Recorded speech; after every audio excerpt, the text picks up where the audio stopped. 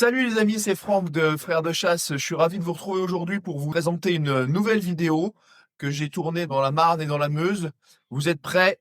C'est parti. Allez, on commence avec cette scène où je vais avoir la chance de prélever 2 sangliers au main post. Je vous montre la scène et on en discute après.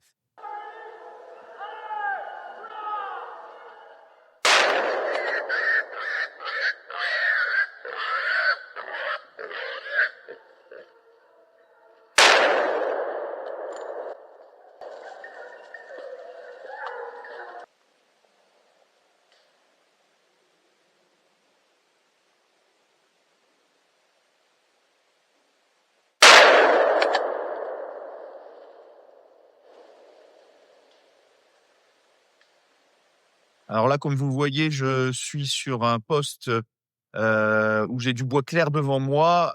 J'entends la traque vient de passer devant moi sur la gauche. J'entends les chiens mener et j'ai ce sanglier, comme vous le voyez, qui m'arrive droit dessus. Ma balle est un petit peu arrière, donc je me décale légèrement sur ma droite dans l'axe de la ligne pour pouvoir lui replacer une balle d'achèvement. Et on voit que c'était préférable parce que quelques secondes après, comme vous le voyez sur la vidéo, les chiens arrivent rapidement.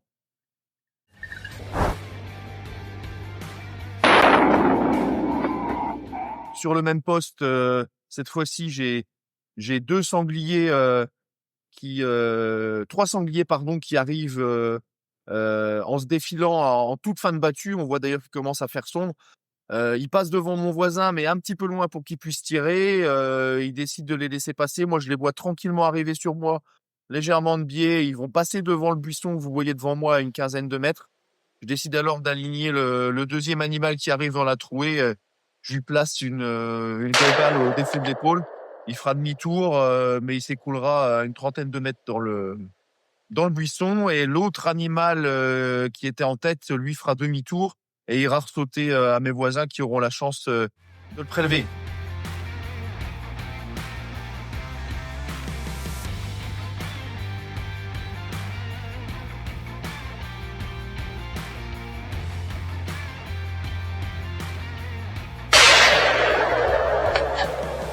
Voilà, deuxième scène, cette fois-ci dans la Meuse.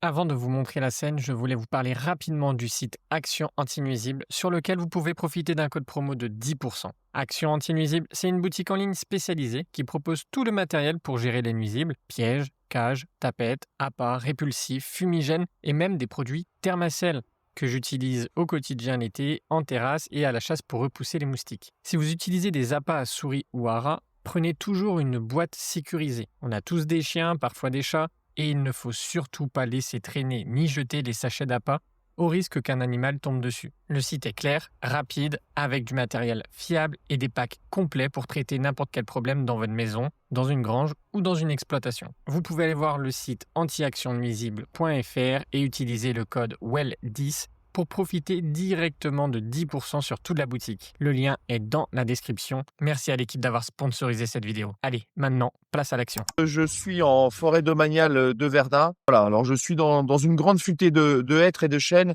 On est à peu près tous les 150 mètres postés avec mon voisin.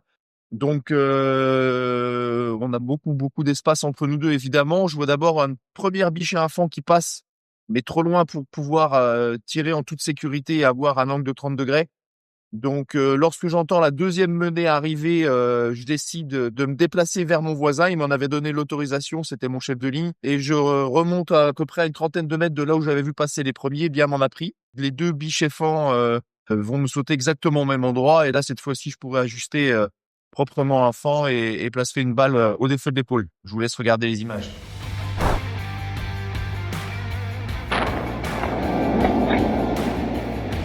Voilà, au ralenti, on voit parfaitement que la biche de tête arrive suivie du premier fan. J'ajuste le premier fan, je place une balle derrière l'épaule, mais comme je le vois continuer, je décide de mettre une deuxième balle plutôt que de jeter mon dévolu sur un autre animal. Et bon, on le retrouvera une trentaine de mètres derrière. J'irai aux fermes des chiens, mais c'était pas vraiment nécessaire parce que l'animal était déjà mort à mon arrivée. C'est bon. C'est bon. C'est bon. C'est bon. Voilà, dernière scène, cette fois-ci toujours dans le massif de Verdun, dans un biotope un peu plus fermé. C'est très sale devant moi, très sale derrière moi. J'ai repéré une coulée sur ma gauche à une quinzaine de mètres. Je décide de me placer donc de manière à avoir un angle suffisant par rapport à mon voisin. J'entends une première menée qui arrive assez loin sous voie. Les trackers m'avertissent qu'il y a un gros animal devant. Je me prépare donc au rembuché. J'arrive à placer une balle correcte sur ce magnifique Kyler en pleine épaule. Il fera pile. Il va rouler vraiment sur place et je me déplacerai légèrement pour aller voir, étant donné que les chiens arrivent derrière, mais ça sera pas nécessaire. Je vous laisse regarder les images et on les commente ensuite.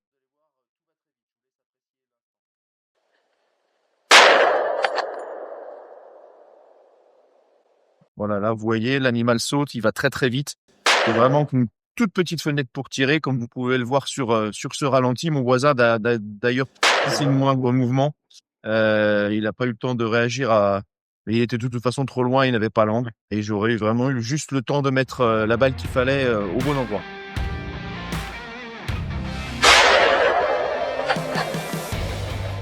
Voilà, comme vous le savez, la chasse, c'est aussi savoir observer les animaux. On l'a déjà dit à plusieurs reprises, mais c'est vraiment pour moi partie intégrante de la chasse en battue et au poste. Donc, je vais vous montrer quelques petites images que j'ai eu la chance de voir lors de mes différentes journées de battue ces dernières semaines. On commence par ce poste dans la Marne où je suis en bout de battue, je suis chef de ligne, donc j'ai posté toute ma ligne. Alors que la battue n'a pas commencé, je vois ce petit brocard arriver face à nous à une dizaine de mètres. Il va rester planté là pendant un petit moment à nous regarder. Et puis, il va se défiler devant nous tranquillement. On le laissera tranquille. On a préféré l'épargner. Et puis, en plus, il passait légèrement dans la battue. Donc, pour des raisons de sécurité, c'était préférable. Deuxième scène, vous reconnaissez le poste où vous avez vu le Kyler que j'ai eu la chance de prélever tout à l'heure. C'est toujours sur la même battue.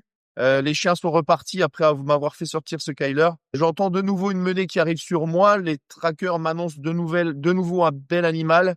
Je l'attends au même endroit que le Kyler, mais je me rends compte qu'il passe devant moi et qu'il va me sauter sur la droite. Là, j'ai le tir franc. Je peux tirer plein chemin en toute sécurité. Lorsque l'animal saute, vous allez le voir, on reconnaît parfaitement l'attitude d'une belle laie. Je déciderai de le laisser passer. Voilà, vous allez voir, en plus, elle passe un petit peu loin, mon tir est pas super fichant, donc là, je décide de pas le prélever. On entend une balle, mais c'est mon voisin qui tire sur un autre sanglier qui malheureusement sera loupé.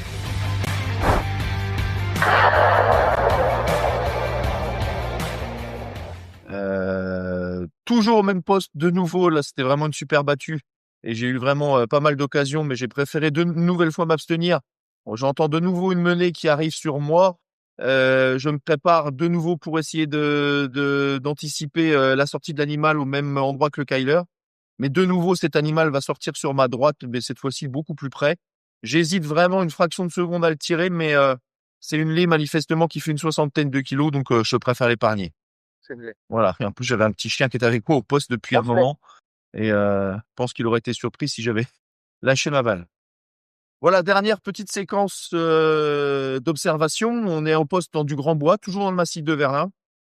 Là, j'ai pas mal de chevreuils, comme vous pouvez le voir, qui passent devant moi. J'avais autorisation de tirer dans la battue, mais vraiment des animaux qui sont très très fluents comme ça, à une vingtaine de mètres dans la battue, j'ai préféré m'abstenir. Ils profiteront à mes voisins qui, eux, auront la chance de les voir sauter la ligne. Voilà les amis, cette vidéo est maintenant terminée. J'espère qu'elle vous aura plu. N'hésitez pas à nous le dire en commentaire, likez, partagez sur vos réseaux, ça fait toujours plaisir. Abonnez-vous aussi à nos différents supports pour continuer à nous suivre régulièrement et ne pas manquer nos prochaines parutions. Je vous dis à bientôt pour une nouvelle vidéo. En attendant, soyez prudents.